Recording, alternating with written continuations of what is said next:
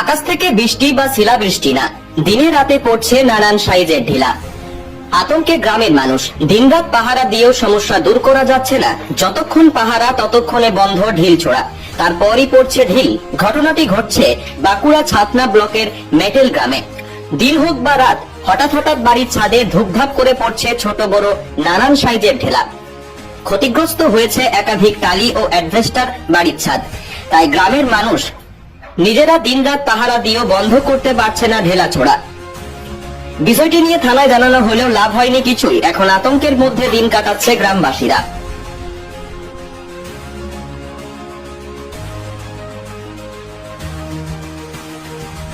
সারাদিন রাত সবসময় ভয়ে আছে, খুব ভয়।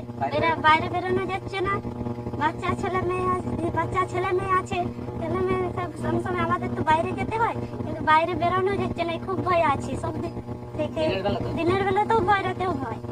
হ্যাঁ, বিভিন্ন জায়গাতে জানিয়েছেন বা কোনো কিছু না কোনো কিছু সেরকম ভাবে কোনো কিছু এখন পাওয়া যায় না। পাড়ার তো ছেলেরা দেখলাম রাত পাহারা দিচ্ছে। হ্যাঁ, দেখতে এখনো কোনো কিছু বোঝা যায় না।